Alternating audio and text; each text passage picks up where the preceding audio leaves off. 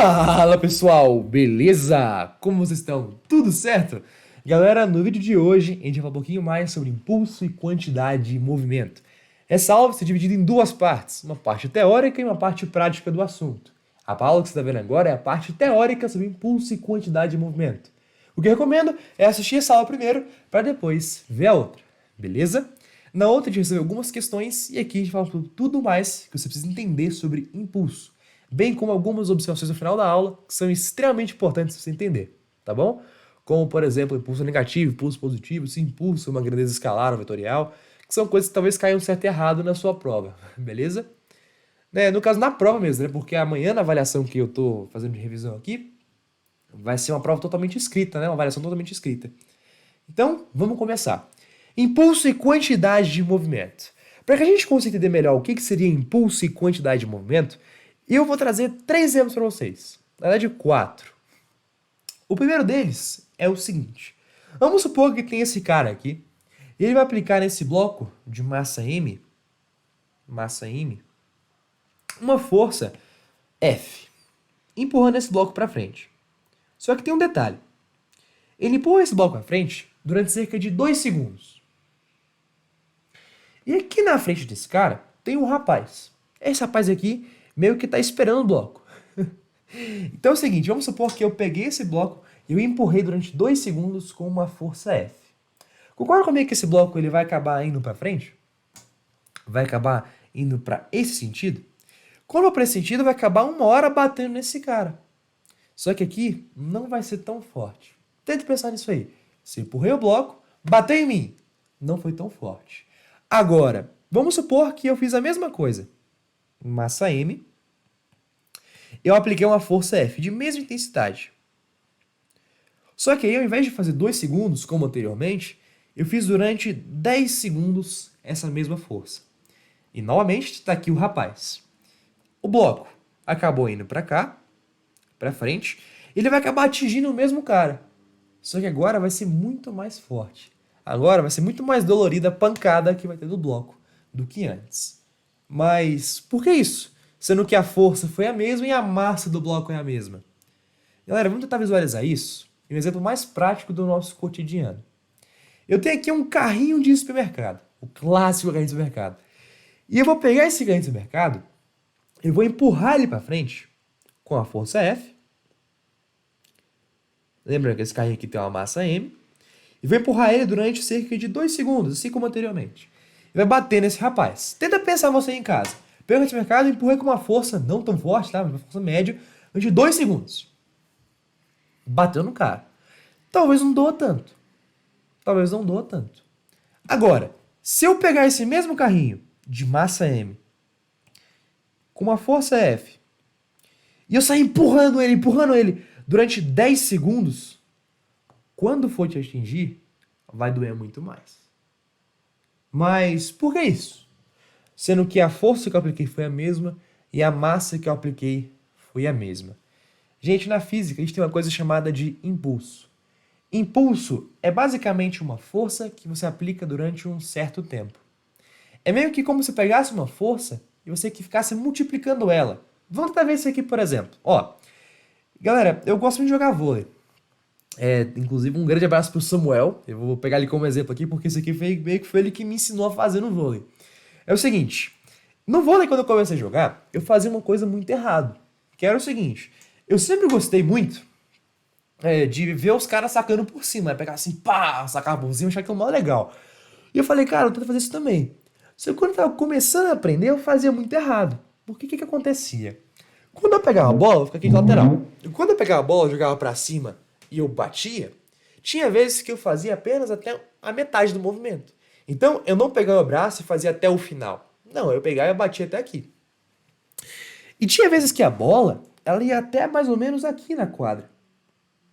Mesmo que eu aumentasse a força que eu estava fazendo, ela nunca passava. E eu não entendia o porquê.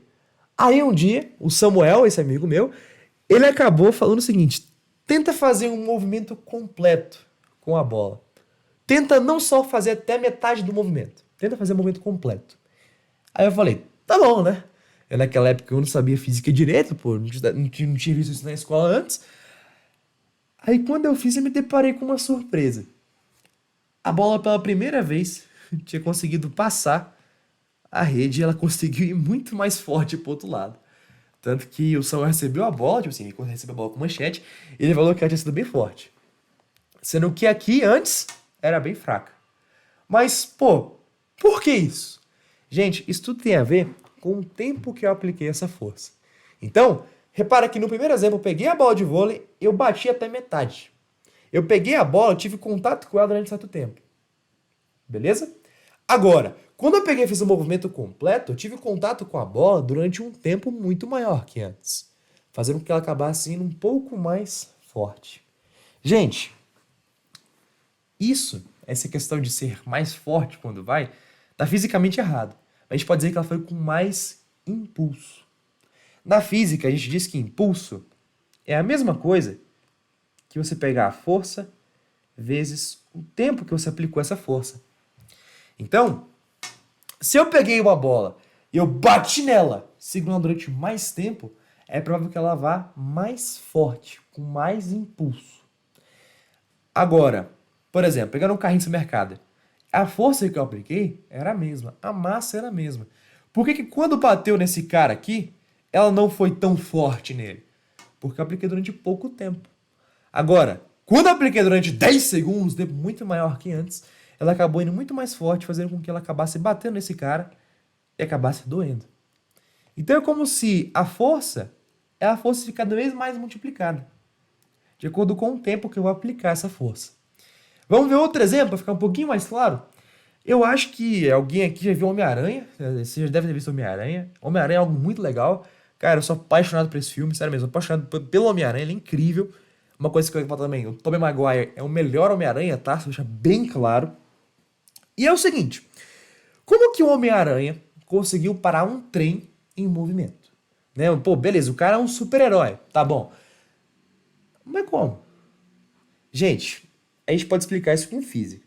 Vamos supor que o trem estava indo com uma força para frente de 9.000 newtons. 9.000 newtons.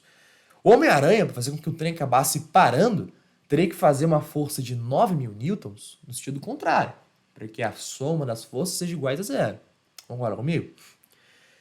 Mas, cara, 9 newtons é muita coisa. Tenta pensar, por exemplo, você.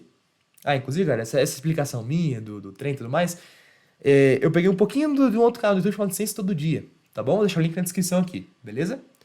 Então, pensa você. Vamos supor que você queira pegar, estar na academia e tudo mais, e você pega, sei lá, 10 quilos. Quando você pega 10 quilos, você está fazendo uma força para cima de 100 newtons. Se você pegar, por exemplo, 100 quilos, você vai estar fazendo uma força de 1.000 newtons para cima. Agora, para você fazer uma força de 9.000 newtons para cima, você teria que levantar 900 quilos. Então, cara, imagina, você fazer uma força para trás, meio como se estivesse empurrando, puxando 900 quilos. É tenso, cara. Então, como é que o Homem-Aranha, sendo um ser humano assim como a gente, conseguiu fazer isso? Galera, vamos supor que o Homem-Aranha, a única coisa que ele precisou fazer é uma força de 90 newtons para trás. Só que tem um detalhe.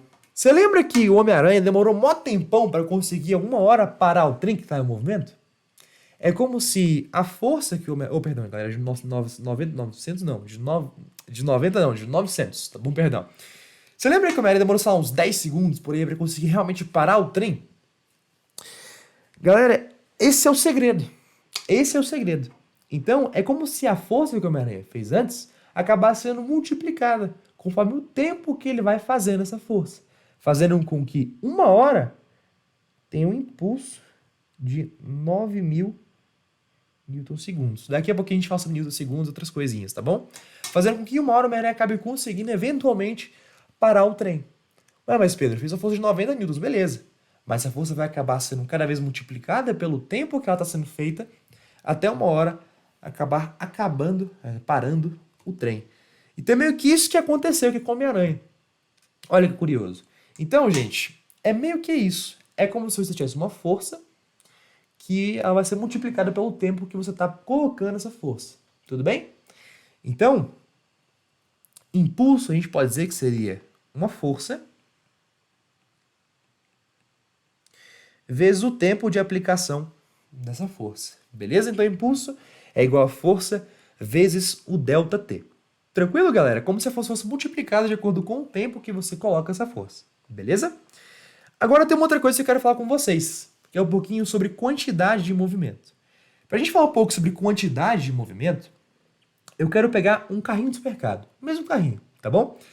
Vamos supor que tem aquele exemplo do cara lá, tudo mais, que a gente empurrou um carrinho nele, né? O carrinho estava indo para frente com força F, e o carrinho tinha uma massa M. Ele acabou indo para frente para atingir esse cara. Gente, pensa você, se eu empurrasse o carrinho e batesse você, iria doer muito? Vamos supor que tivesse uma velocidade do carrinho aqui de 10 metros por segundo. Ia doer muito? Provavelmente não. Ia bater em você, você ia acabar um pouquinho para frente, né? Mas ia ficar de boa, tranquilo. Agora imagine que fosse um carro. Um carro andando a 10 metros por segundo indo na sua direção. Ia doer ou não ia? Cara, eu acho que depois disso iria pro hospital. Porque bem provavelmente iria doer. Quem pensou nisso um dia foi ninguém mais, ninguém menos que um cara chamado Isaac Newton. O Newton, ele falou uma vez o seguinte: tem uma coisa no mundo chamada quantidade de movimento. A quantidade de movimento, gente, é basicamente isso. É um quanto o corpo tem de massa vezes a velocidade que ele tem. Nesse caso aqui, não doeria tanto, porque ó, o corpo vai ter uma quantidade de movimento bem aqui. Quando bater em você, essa quantidade de movimento vai ser transferida para o seu corpo. Então, vamos supor que você tem um carrinho no mercado. Foi bater em você, você foi um pouquinho para frente. Por que um pouquinho para frente? Porque essa quantidade de movimento foi transferida para você. Agora, se o carro batesse em você, ele tem uma quantidade de movimento muito maior. Então, se ele chocou em você, você iria para longe. Justamente porque a quantidade de movimento do carro é muito maior que a quantidade de movimento do carrinho. Então, galera, Newton, um dia reparou nisso, ele vai dizer o seguinte: a quantidade de movimento, repara que a velocidade dos dois é a mesma. O que muda aqui é a massa. A massa desse carrinho pequenininho aqui, o carrinho do supermercado, é muito menor que a massa de um carro. A quantidade de movimento que esse carrinho aqui tem é muito menor que a quantidade de movimento que esse carro aqui tem. A gente pode dizer, então, que quantidade de movimento, segundo Newton, era igual a massa vezes a velocidade que um corpo tinha. Então, repara, a velocidade dos dois é a mesma. Por que que um vai acabar indo muito mais forte do que o outro? Justamente por conta disso. Porque a massa dos dois é diferente. Galera, isso aqui a gente chama de quantidade de movimento, que é igual a mv. Tá bom? Não é teorema do impulso, tá? Esse vídeo eu vou falar com vocês um pouquinho. Tá bom? Galera, só que tem uma coisa. Esse conteúdo aqui de quantidade de movimento, eu quero relacionar agora com relação ao impulso. Beleza? E para a gente relacionar os dois, eu quero utilizar a segunda lei de Newton. A segunda lei de Newton a gente diz que a força é igual a massa vezes a aceleração de um corpo. Lembrando, força resultante é igual a massa vezes a aceleração de um corpo. Uma coisa, gente, impulso é impulso de uma força. Então vamos supor que você quer impulso de uma força F. Vai ser a força F, ó. Impulso e força F. Esse impulso F vezes a distância, perdão, vezes o tempo. Ou ainda, eu quero impulso de uma força P. Vai ser a força P vezes o tempo de aplicação dessa força. Então, força está igual a massa e aceleração. Beleza. A gente sabe que a aceleração, a gente viu lá atrás no nono ano, que é igual a variação da velocidade sobre a variação do tempo. Vezes a massa, igual a força resultante. A gente pode pegar esse ΔT e passar para o outro lado multiplicando. Então vamos fazer isso. Força resultante vai ser vezes o ΔT, vai ser igual a massa vezes a variação da velocidade. Gente, percebam uma coisa. Força resultante vezes tempo. Força vezes tempo é o quê? É impulso. Lembre-se que eu acabei de falar. Se aqui é força resultante, vai ter que ser um impulso resultante. Lembre-se, se for um impulso de uma força P, tem que pegar a força P. Então, se é uma força resultante, vai ser um impulso resultante. Então, vamos escrever aqui. Impulso resultante é igual a massa vezes a variação da velocidade. Agora, pensa aqui comigo. Tem esse quê? Que a gente acabou de falar aqui. Esse Q é massa vezes velocidade. E o que a gente tem aqui? Massa vezes velocidade também. Mas vamos tentar pegar isso aqui e fazer o jeito matemático. Meio que tentar desmembrar esses caras aqui. Impulso resultante vai ser igual a massa vezes. A gente sabe que ΔV é a mesma coisa que velocidade final menos a velocidade inicial de um corpo. A massa vai fazer multiplicação aqui como chuveirinho, distributiva. Impulso resultante vai ser igual a velocidade final vezes a massa, ou melhor, massa vezes velocidade final, menos massa vezes velocidade inicial. Impulso resultante, portanto, vai ser igual. Gente, perceba o seguinte. Massa vezes velocidade é a mesma coisa que o quê? Que o quê, né? É a mesma coisa que o quê? Aí, enfim. Então, repara o seguinte. Isso aqui é a mesma coisa que Q. Ou seja, o impulso resultante ser igual a Q final menos Q inicial. Repara que algo final menos inicial, a gente disse que seria o nosso delta, que é a variação. Então a gente pode dizer que impulso resultante é igual a variação de Q. E é isso que é o teorema do impulso. O teorema do impulso diz que o impulso resultante, que atua em um corpo, vai ser igual ao seu delta Q. Que a gente acabou de confirmar. Beleza? Galera, as coisas que vocês têm que saber, esse conteúdo aqui, eu espero que vocês tenham gostado da explicação, gente, de verdade. Tá? Eu achei que ficou um pouquinho confuso, mas é o seguinte, impulso resultante vai ser igual a delta Q, vocês têm que saber isso para prova de vocês, e também tem que saber que impulso é igual a força vezes o delta T. Tudo bem? Galera, algumas observações finais dessa aula. Tem uma coisinha que eu trabalhei aqui com vocês que eu sempre mantive, que sempre foi uma força constante. Essa força F aqui nunca mudou. Por exemplo, a força F no carrinho de supermercado, no começo do movimento, era, sei lá, 10 newtons. No final do movimento, ela era 10 newtons também. No meio do movimento, 10 newtons também. Ela sempre era constante. Agora, na natureza, nem sempre as forças são constantes. Eu, por exemplo, posso aplicar a força, sei lá, pega aqui uma força no apagador. Posso aplicar uma força de 10 newtons, depois aumentar ou depois diminuir. Eu posso ficar fazendo uma força que ela é variável. E isso aqui pode se aplicar para impulso também. Tenta pensar no vôlei. Peguei a bola, joguei para cima, bati. Você acha que quando eu vou bater na bola, ela vai ter sempre a mesma força que eu tô aplicando? Ah, sempre 10 newtons. Não. Talvez no começo do movimento seja 40 newtons, o braço cansa e seja 20 depois do final do movimento. Talvez. Então, na natureza, a gente tem o que chamamos de forças que não são forças que não são constantes. São chamadas forças variáveis. Então, como é que a gente calcula o impulso de uma força variável? Gente, sempre você calcular o impulso de uma força variável, você vai ter que calcular a área de um gráfico. Lembra quando a gente falou de trabalho? Lá na última aula, aqui do canal, que trabalho é igual a força vezes o deslocamento?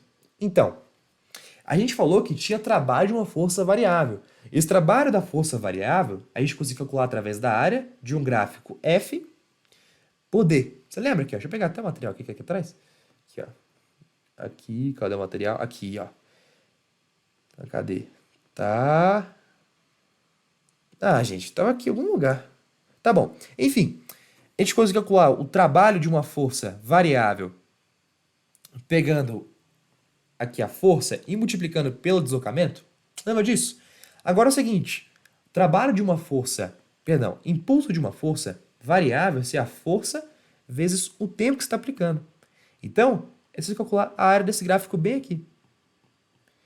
Pegando essa função e indo até o zero, calculando essa área bem aqui. Tudo bem? Então, nesse caso aqui, vamos calcular aqui rapidinho. Repara que de altura dessa figura bem aqui, de altura aqui tem 40. Aqui, ó. Tem 40. Repara que a base dessa figura é quanto? 2. Aqui, ó. 2. Então perceba o seguinte, isso aqui é um trapézio, é ou não é? Essa alturinha aqui, no caso, seria 10. Isso aqui é um trapézio. Como assim um trapézio? A gente pode virar essa imagem aqui, por exemplo, ó, e considerar um trapézio. Aqui, ó. A gente pode fazer isso aqui, ó, com essa área. Concorda comigo? Ou ainda, a gente pode dividir aqui em um triângulo em um retângulo. Vamos fazer assim, acho que fica um pouco mais fácil. Se dividir um triângulo em retângulo, vai ficar da seguinte maneira. Se o tudão é 40 e aqui a gente sabe que é 10, logo esse pedacinho aqui vai ser 30, já que o total é 40. Então, aqui seria 30, aqui seria 10. Repara comigo uma coisa. A gente pode calcular a área desse triângulo aqui. A área do triângulo é igual a base vezes a altura sobre 2. Só arrumar esse B aqui. Base vezes altura sobre 2. Quanto é que vale a base? Vale 2. Vai ter o 2? Vale 2. A altura vale quanto? Vale 30. 2 vezes 30 sobre 2. 2 vezes 30. Hoje pode apenas cortar os dois aqui. Isso aqui vai ser igual a 30. Que é a área desse carinha bem aqui do meio. Agora aqui de baixo, perceba o seguinte. Vai de 2 e aqui tem 10. 2 vezes 10, que é a área de um retângulo, que é base vezes altura. 2 vezes 10 seria igual a 20. A área de um retângulo é igual a 20. A área total seria esse 30 que a gente acabou de descobrir aqui, ó. Esse 30 aqui, mais esse carinha bem aqui, que é o 20. Logo, 30 mais 20 é igual a 50. Então, a gente pode dizer que o impulso resultante desse carinha aqui vai ser igual a 50 newton-segundos. Uma coisa, galera, unidade de medida de impulso é newton-segundos. Perceba o seguinte, força é em newton, tempo é em segundo. Logo, o impulso vai ser igual a newton vezes segundo. Newton vezes segundo é a mesma coisa aqui, newton-segundos. Tudo bem? Então, galera, é basicamente isso. Quantidade de movimento, qual que é a unidade? Repara que massa é em quilograma, velocidade é metro por segundo. Repara o seguinte, quilograma vezes metro por segundo é metro dividido por segundo. É a mesma coisa que quilograma vezes metro por segundo. Isso aqui é unidade de quê? É meio confuso aqui, gente, mas é isso, tudo bem? Essa parte de unidades é um pouquinho chatinha de falar. Então, o impulso vai ser igual, nesse caso aqui, a 50 newton-segundos desse gráfico aqui, tudo bem? Lembrando que o gráfico obrigatoriamente tem que ter aqui como F e como T, porque se a força e o tempo, a gente sabe que o que vai sair dessa área aqui vai ser o nosso impulso. Uma outra coisa também, o impulso é uma força que a gente diz que é vetorial. Vetorial é aquilo que tem sentido e direção. Então, se, por exemplo, eu chutar essa bola aqui, eu vou ter um contato com essa bola, vou aplicar a força durante um tempo, ela vai para o gol. Quando ela for para o gol, ela vai ter um impulso. Esse impulso, eu vou dizer que ele é positivo, porque está indo, vamos supor que essa direção aqui, para cá, seja positivo e para outra direção seja negativo. Repara que o goleiro, o cara que vai defender a bola, ele vai ter que pegar a bola, segurar ela durante um tempo e tirá-la do gol. Quando ele for fazer isso, ele vai fazer um outro impulso, porque a força fez o tempo que ele vai estar segurando essa bola. Quando ele fizer esse impulso, jogando a bola para o outro lado, vai ser um impulso negativo, porque está indo no sentido contrário daquele que a gente considerou positivo. É que nem a velocidade. Lembra que velocidade tinha um sentido? A gente dizia que era positiva, e quando ia para o outro sentido era negativa? É basicamente isso que acontece com o impulso. Então, se você algum dia encontrar em uma questão o impulso sendo negativo, saiba que a única coisa que está acontecendo é que tem no sentido contrário ao movimento, beleza? Galera, falar um pouco de teoria do impulso é um pouco confuso, mas resumindo tudo o que eu falei nessa videoaula, o que você tem que saber é o seguinte, o impulso é como se fosse uma força que você aplicar durante um certo tempo. Então, quanto mais tempo você aplicar essa mesma força, meio que o corpo vai vir um pouco mais forte. É como se a força daquele corpo acabasse sendo multiplicada. Tudo bem? Para a gente calcular impulso é força vezes o tempo. E para a gente calcular o Q, que é a quantidade de movimento de um corpo, é a massa desse corpo vezes sua velocidade. Lembre-se do teorema do impulso, que diz que o impulso resultante ele é igual à variação da quantidade de movimento. Tudo bem? Galera, é isso por hoje. Eu espero que vocês tenham gostado dessa videoaula. Foi um pouquinho mais improvisada. Eu acabei tendo alguns imprevistos. E espero que vocês tenham de coração gostado, beleza? Um forte abraço. Tchau, tchau. Inclusive, até a próxima aula. Deixem um like e se inscrevam. Valeu, gente. Abraço.